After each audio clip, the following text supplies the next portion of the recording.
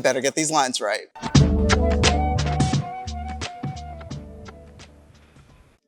Hey y'all, it's Zephyr Scalzetti. Welcome to Season 2 of They Better Get These Lines Right, where we're delivering the 411 on all things redistricting. Redistricting is when the areas or boundaries that determine who represents you in government are changed. This process affects how money is spent on important things like healthcare, schools, and roads in your community. So it's a big deal because it impacts the resources and services that are important to you.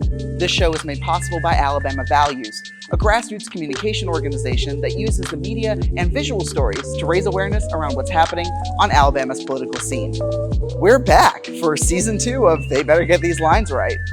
When we last spoke, Alabama voters had just secured a victory at the Supreme Court, and advocates and legislators were gearing up for a redistricting special session to pass a new congressional map. And let me tell y'all, shenanigans ensued. Like, even for Alabama, shenanigans ensued. Spoiler up front, we did end up with a fair congressional map that's in place for the November 5th election.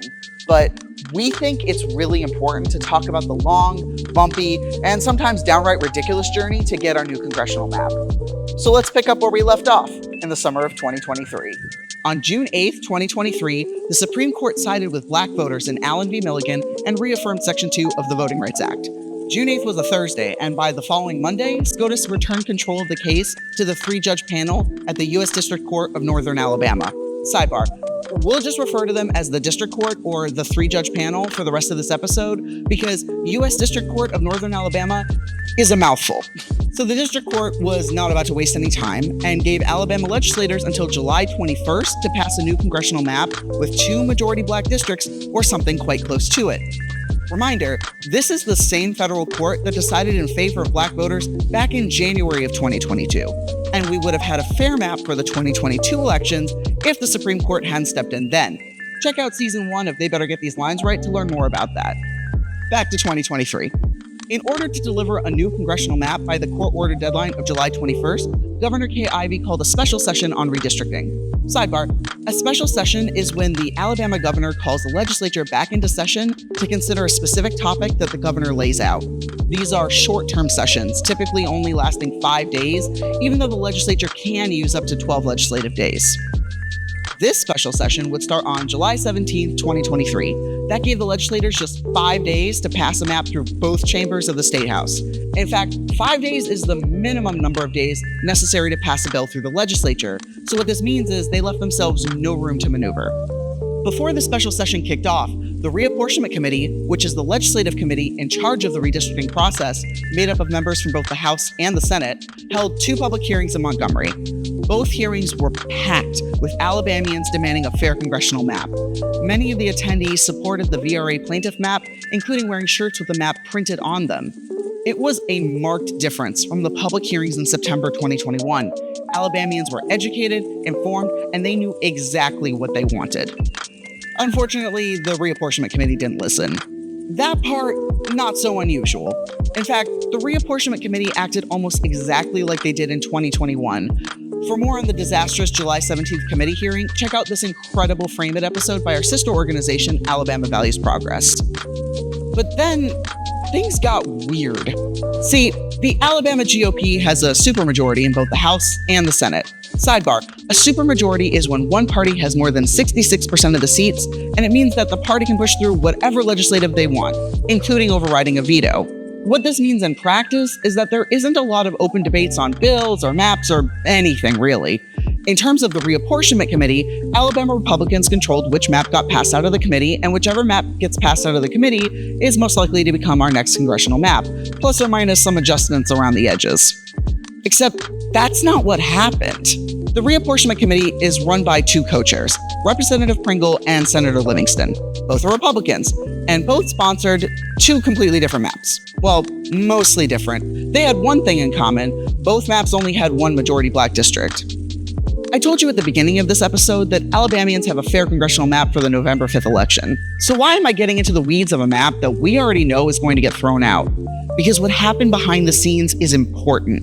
On July 19th, with only 2 days left before the court deadline, the House passed Representative Pringle's map, and the Senate passed Senator Livingston's map. And on Friday, July 21st, the last possible day the legislature could pass a map, Senator Livingston introduced a brand new map, aka Livingston Congressional Map 3. Congressional District 7, the historically black majority district, was cut down to just 50.65% black voting age population. And Congressional District 2, only 39.93% black voting age population. This is the map that the Alabama legislature decided to pass on July 21st and sent to the district court for approval. After the map passed, Senator Livingston told reporters that then House Speaker Kevin McCarthy, as in Washington, D.C. Congress Speaker McCarthy, that he called Senator Livingston and told him that he would like to keep his majority. No, seriously, Livingston said verbatim, "I did hear from Speaker McCarthy. It was quite simple. He said, I'm interested in keeping my majority." That was basically his conversation. Reminder, just 6 weeks earlier on June 8th, the Supreme Court sided with black Alabamians and gave the case back to the district court, which told the legislators in no uncertain terms that they needed to adopt a map that had 2 majority black districts or something quite close to it. Sidebar, that quite close to it isn't about a specific number. It's about how the district performs, meaning that for Congressional District 2 to truly be an opportunity district for black voters, you would have to show that black voters have the power to influence the outcome of the election. And yet, in the map that was passed by the legislature, according to Alabama's own analysis, the black preferred candidate would have lost all 7 elections that the state analyzed between 2018 and 2022. Meaning that the defense, aka the state of Alabama, ran their own analysis on the map that the legislature passed, and their own analysis showed that the black preferred candidate would have lost all 7 elections between 2018 and 2022. Now you might be wondering, what was the plan here exactly? Knowing that the district court is going to check your homework, what were the legislators hoping to accomplish by openly defying the district court and the Supreme Court? Thanks to some incredible reporting and depositions from the August 14th district court hearing, we can fill in some of those pieces. Buckle up. The overall plan seems to have been perfectly craft a map designed to get appealed to the Supreme Court again and overturn Section 2 of the Voting Rights Act once and for all. According to the Alabama Political Reporter, this plan was, quote, concocted by DC-based attorneys and championed by Alabama Attorney General Steve Marshall and other Alabama GOP officials. The article continues, quote, Republican lawmakers believe their DC connections have intelligence that Associate Supreme Court Justice Brett Kavanaugh, who voted with the majority in Milligan, is open to rehearing the case on its merits. Knock, knock, Zephyr from the future, this didn't work. But again, everything I'm talking about is important. Back to the article. Quote, Marshall and his team worked close with senators to advance the defiant strategy, according to those with direct knowledge of the matter. He was further aided in his efforts by Republican state senators Arthur Orr and Will Barfoot. So, remember how there were 2 dueling maps? Representative Pringle's map versus Senator Livingston?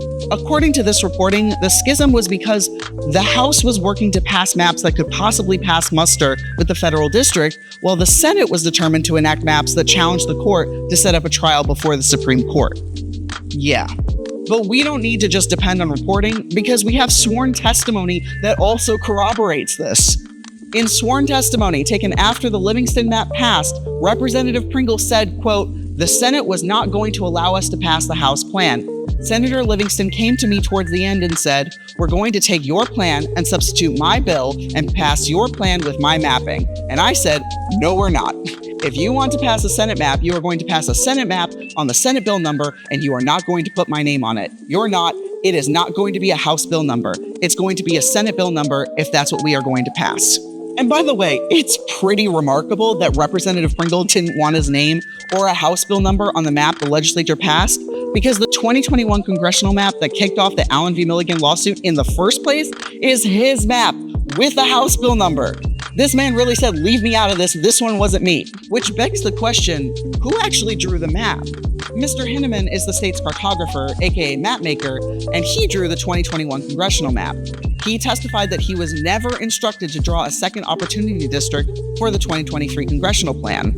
Representative Pringle testified that Eddie LaCour worked as a map drawer at some point in time.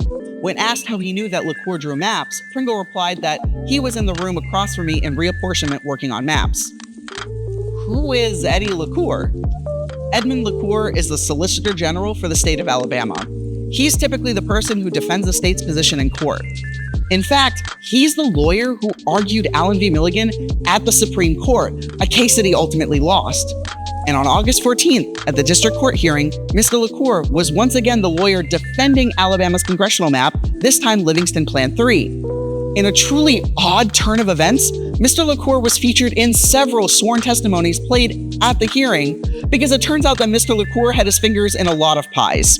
Representative Pringle went on to testify that he, quote, lost contact with Mr. LaCour at the very beginning of the special session and never saw or communicated with him again. He was upstairs meeting with the senators in a different room, working with them to draw what ultimately became the Livingston Plan.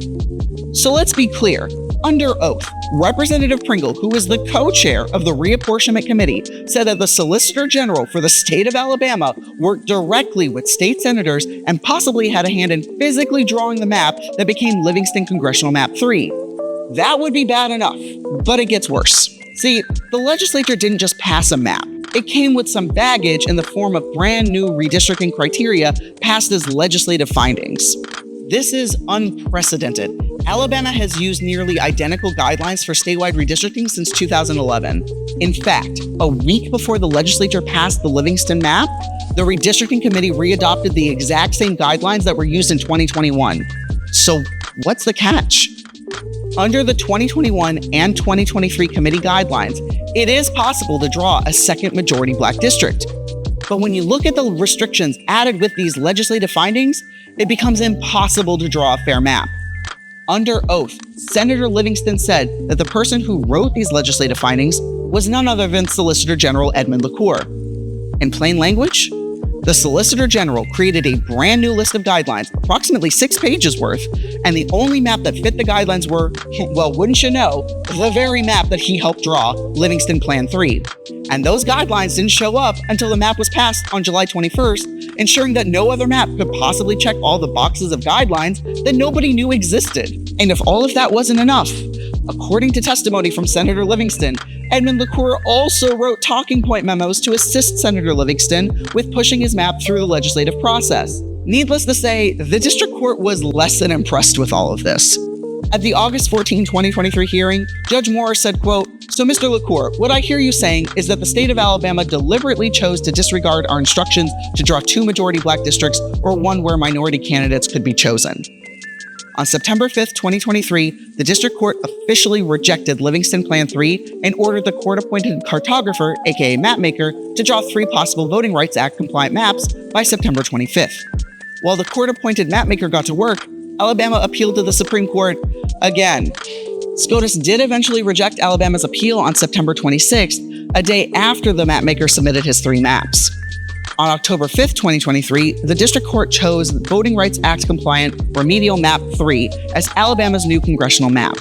The court-appointed map created a new 7th congressional district in West Alabama that is majority black, and a new 2nd congressional district that is near majority black, with a black voting age population of 49%.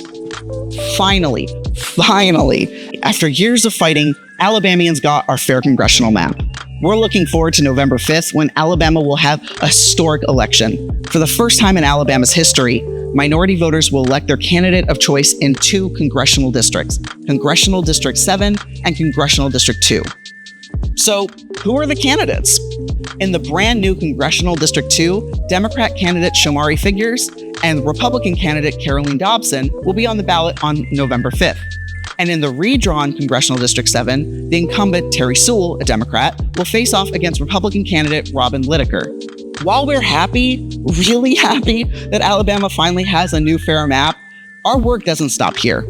Outreach and voter education is critical leading up to the November general election. So let's wrap up with some critical information that you need to know about the general election. Check your voter registration. Check your voter registration.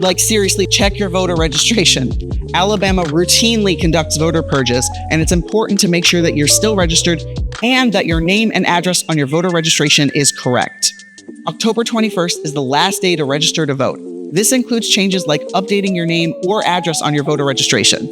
Take it from me, someone who waited until the last minute to register to vote, and then the online registration system crashed, and I had to speed to a post office to make sure my registration form was postmarked that day, and just don't wait, y'all. Learn from my mistakes, and check your registration now and update it now. Tune in next time to They Better Get These Lines Right to stay connected and informed. The way the maps are drawn has an impact on so many issues that we care about, such as voting rights, healthcare, criminal justice, reproductive justice, and education equality. Until next time, they better get these lines right.